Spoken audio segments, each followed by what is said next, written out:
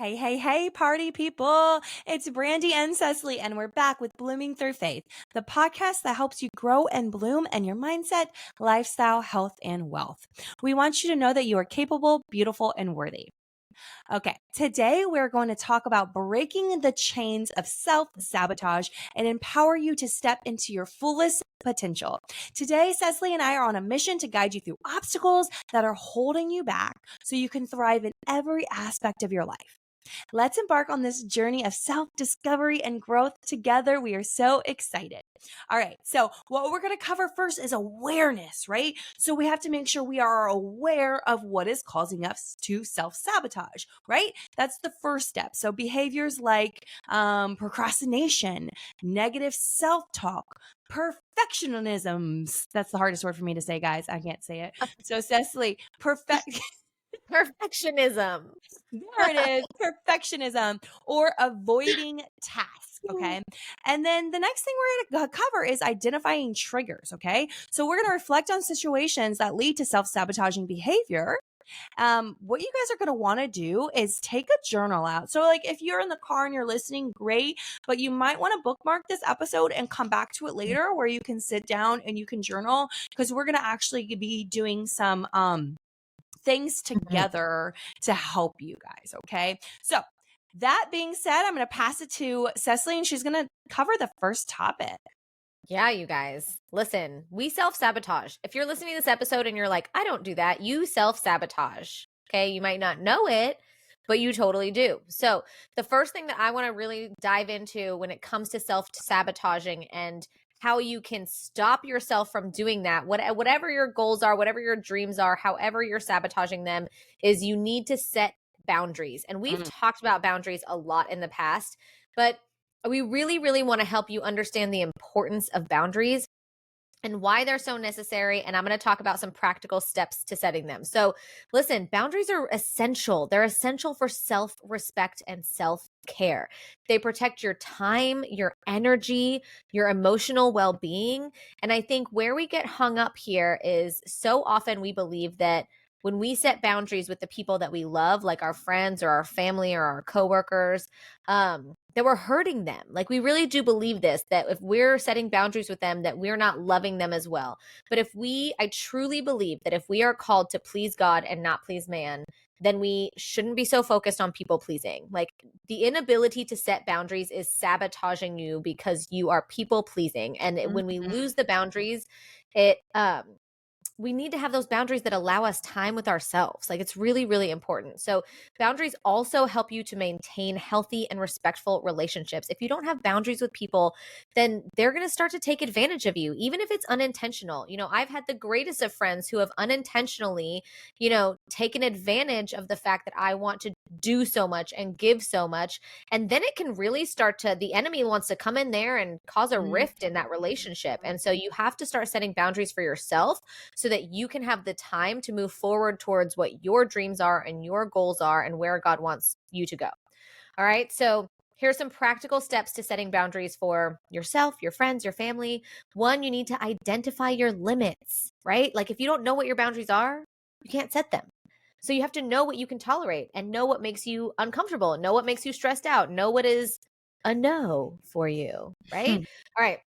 Next one is you have to communicate clearly. All right. When you're setting boundaries with your friends or family or really anyone, it's never a good idea to say, well, you're doing this, or no you. All right. Use I statements. All right. So for example, it's really okay to say, hey, I feel this way when you do that. Or I feel overwhelmed when you send me an email late at night. I feel overwhelmed when you call me past a certain time. I feel this way. And then try to prevent or offer a solution there. Like, hey, can we talk during the day instead? Can you maybe call me instead of sending me that email with that to-do list? Something like that. And then be consistent. Consistency is the key to reinforcing your boundaries. You have to learn how to stand firm. Being able to stand firm in your decisions and boundaries with people is a loving behavior. I know it can feel hard. It can feel like it's not loving and you want to give more of yourself, but it really, really is. And just getting into like some breakdowns of the different people we need to set boundaries with. When you're setting boundaries with your family, there's a few different people that you need to set boundaries with. One is your family. You have to make sure that your family knows the type of person you are and what feeds your soul, right? If you're an introvert and your family is asking a lot of you socially, that's not good. You have to set boundaries with that. Are there times that you think about this? Are there times that you'd want to say no, but you don't because you feel obligated because it's family? A really good example of this is my birthday. My family loves spending my birthday with me. And I don't mean my immediate family. I mean like my extended family. And I think it's because my birthday is on July 4th. It is a national holiday. A lot of people are off work and they always use it as like, where are we going? What are we doing? And then I get in the habit of a lot of years on my birthday before I learned how to set boundaries, I would be pleasing everyone else on my birthday. And I'd be like, okay, well, now we're hosting this big thing and now we're taking care of everybody. And I really learned just recently, actually, to say, like, hey, I'm going to be going here on my birthday. I love you guys. You're not invited, but I love you. And that was my one thing I had to do to like set a little bit of a boundary with my family. It was a loving way that I don't hold a grudge against them, that I can love them better. Right. I Same thing love with, that because I do the same thing. So I was doing the same thing for my birthday. So like the beach is my favorite place. So here's where I go every single year for my birthday. We have a beach weekend. It's me, Mitch, and I can say the boys now because it'll be both of them. It's me, Mitch, and Troy for the longest time. But like, that's what makes me happy. That's what and I love my family. We spend time together. So I love that you said that, Cecily. But setting that boundary of this is what I'm doing. I don't need a party. I don't need cake. We don't need to go to dinner. Like, I don't you want can it. just wish me a happy birthday. I just want to be on the beach. Yeah. But I always felt bad because I was like, well, they want to do this for me and I don't want to say no. And then my husband was the one who really kind of said, but do you even want them to come? And I'm like, no, not really, actually. But Thank you, I don't know how to say no. And I already said yes. And now I'm stuck. Like it was. So you have to set boundaries. All right. You also need to set boundaries with people you work with, your coworkers, your job, your career. Maybe it's your employees, things like that. All right. You have to turn off your phone, leave your work at work.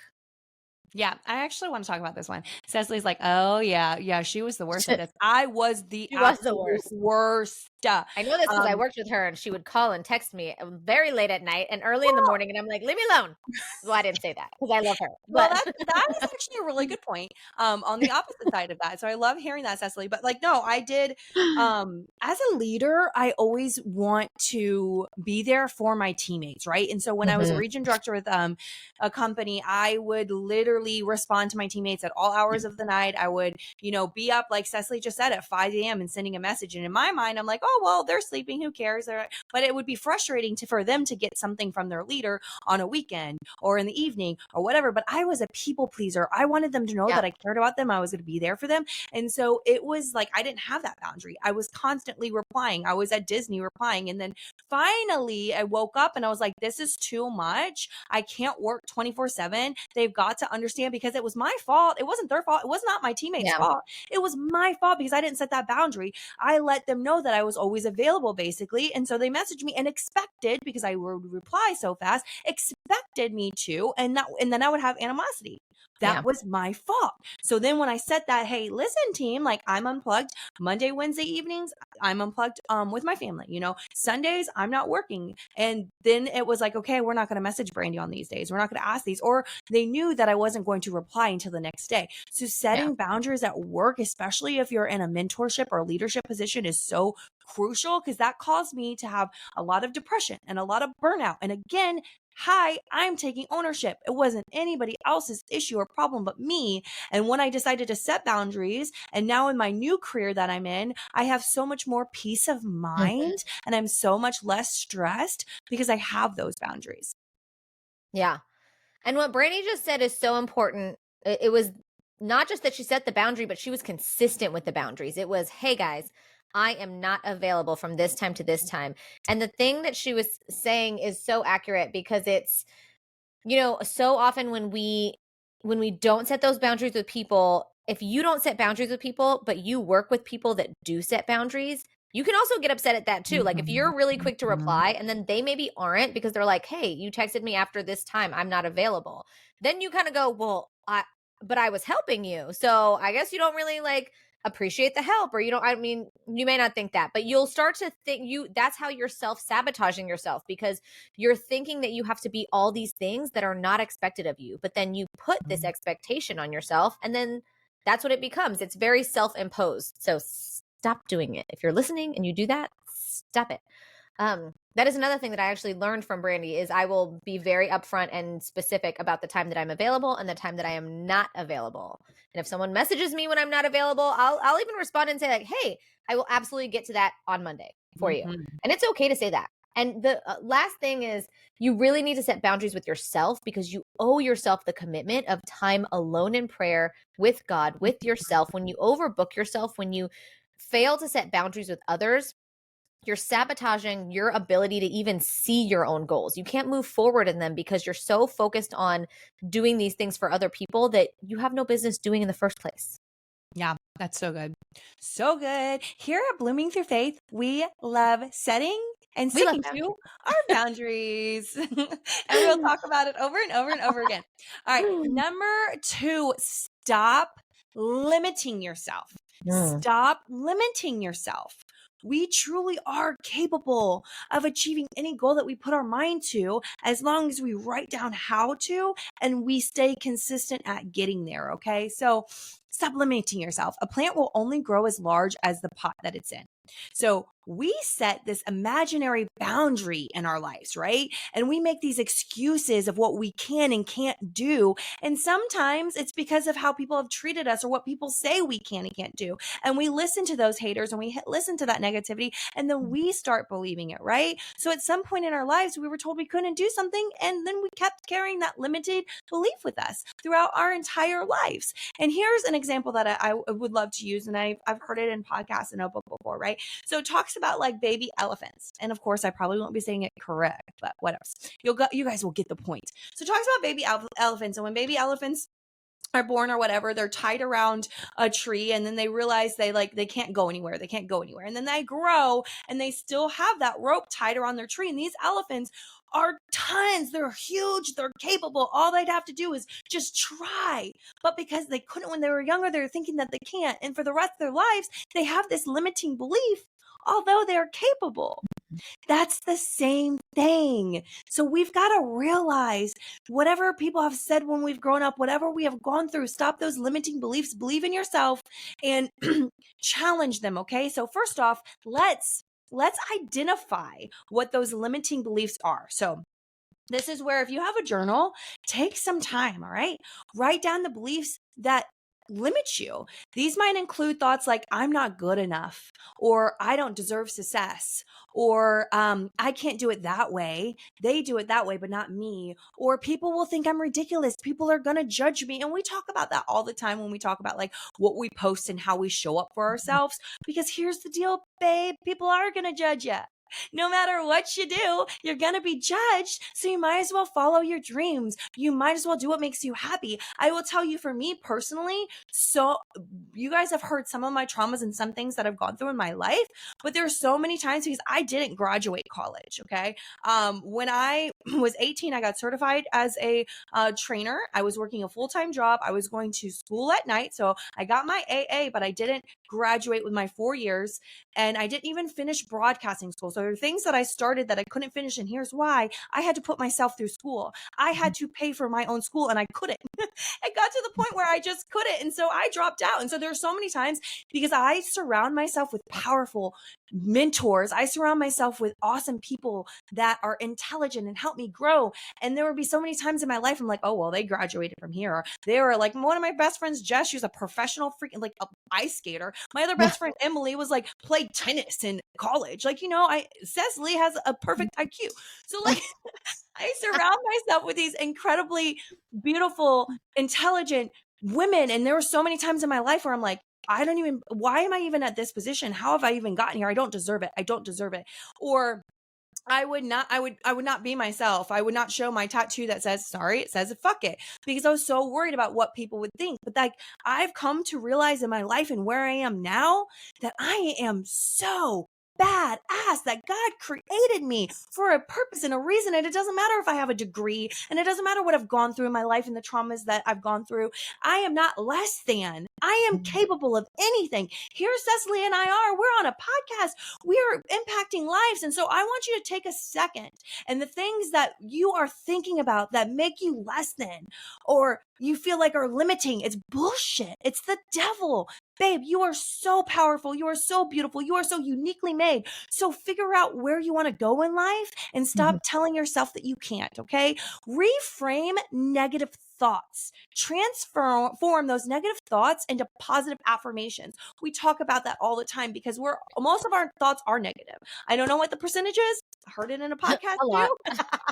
But it is, most of our thoughts are negative. So when we get those negative thoughts of like, oh, why am I even here? I don't deserve to be here, or I'm not worthy. Like, yeah, turn it around and say, I am worthy. I have gone through this. I am capable. I can do this. Or, oh, she can do this business because she has X, Y, and Z, and I don't have X, Y, and Z. Who gives a shit? You can, sorry, Cesley, I'm all fired up.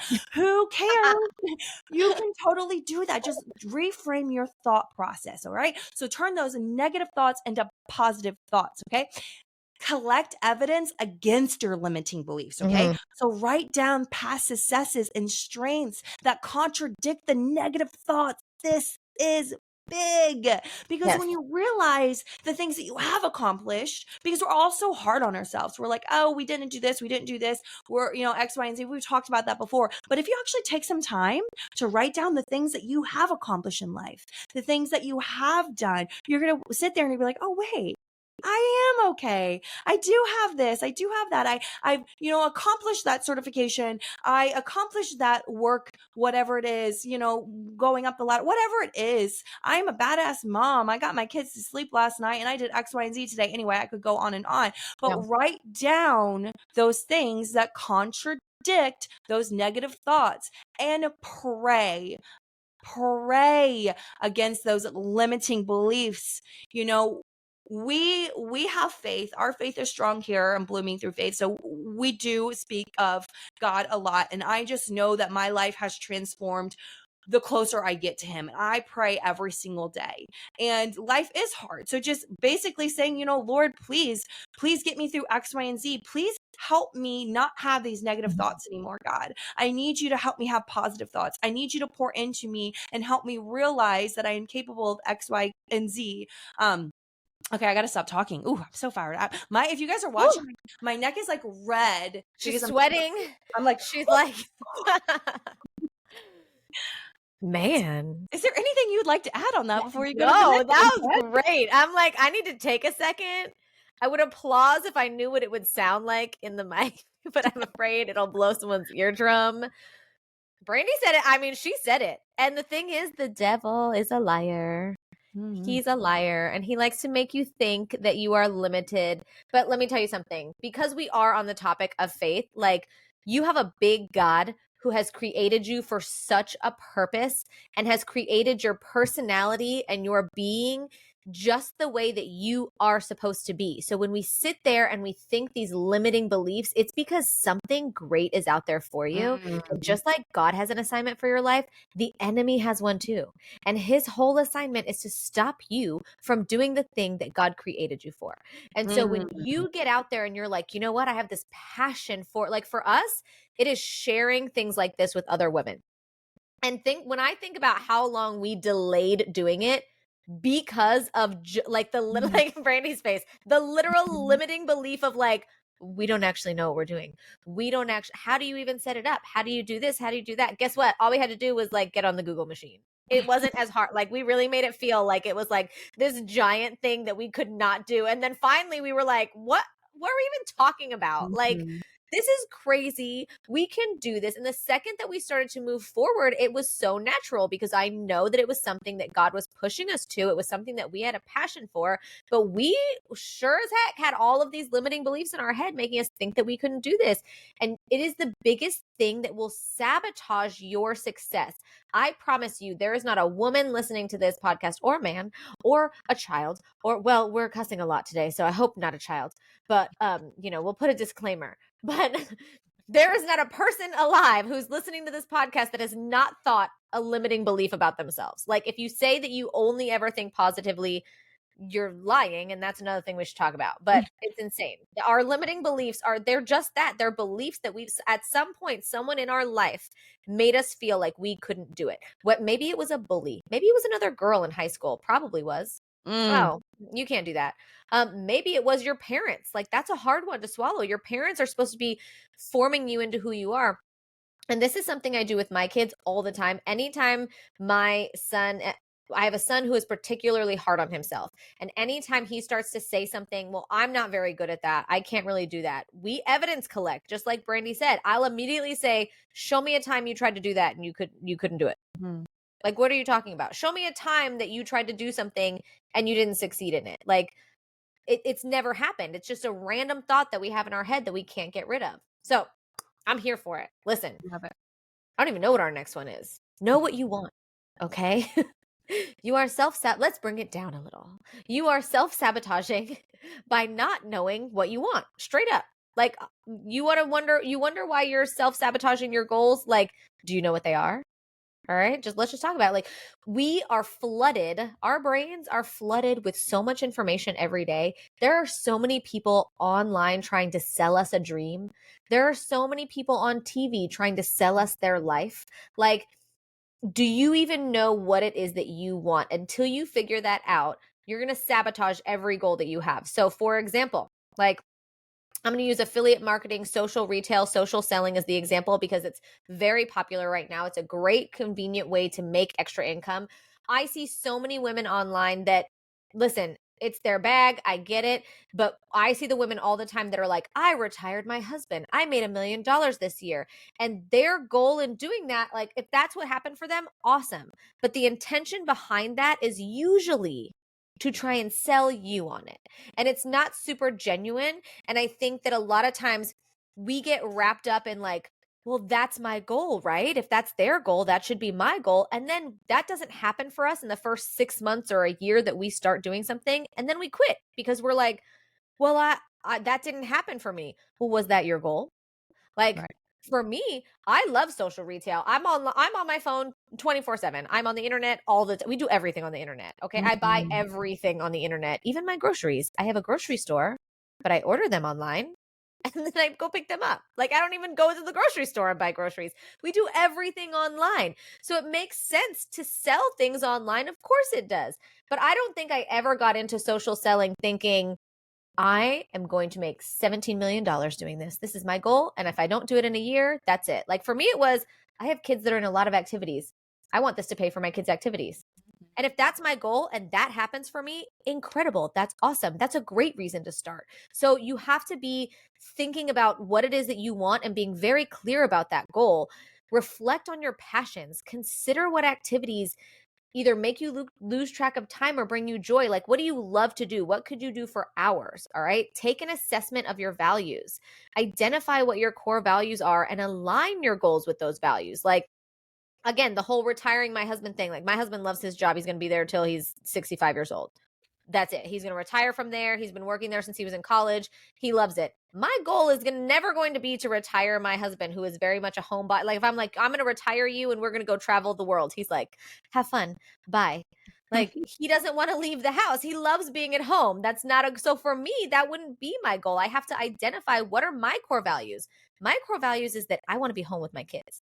I want to be home and present. So my goals all align with that. My goals in income, my goal in where I put my time, my goal in what I'm trying to do with my life, all align with me being home with my family.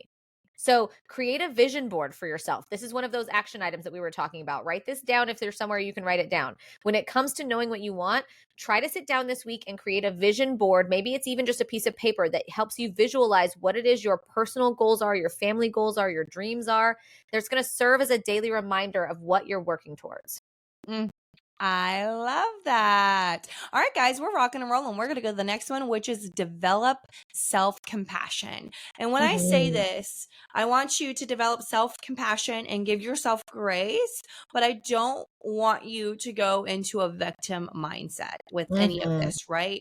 Because that victim mindset leads to self-sabotage, leads to the woe is me, leads to, and we've already talked about this numerous times on the podcast, is we all go through struggles. We all go through really hard times.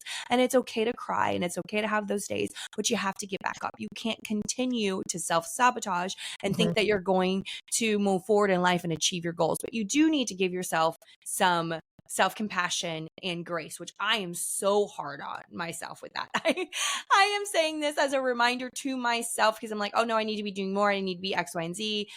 So self-kindness, guys. Treat yourself with the same kindness you would offer a friend, okay? So avoid harsh self-criticism. So all the time, you might think, oh, I should have done better here, especially if you are, like we talked about it before, you're a perfectionist, right? Ooh, baby, a perfectionist. I can say that word. And so you think that you didn't do something well, but if your friend had done that and shown you that project, you would be like, oh, great job, girl. That's awesome. So do the same to yourself, right? Practice mindfulness. Practice staying present, reducing the impact of negative thoughts like we talked about. So when a negative thought comes in, say, bye, Felicia. Whatever happened to Felicia? Bye, Felicia. Okay. And put those positive thoughts back in. Remember that everyone makes mistakes and faces challenges, and you're not alone on your journey or your struggles. Okay. So, y'all, we love you so, so, so much. Remember that you're capable of overcoming self-sabotage and achieving the life that you desire. It's not always easy, but with dedication, self-awareness, and the strategies that we shared today, you have the power to rewrite your story. And remember, you're worthy, you're capable, you're beautiful, and we can't wait to watch you grow, girl.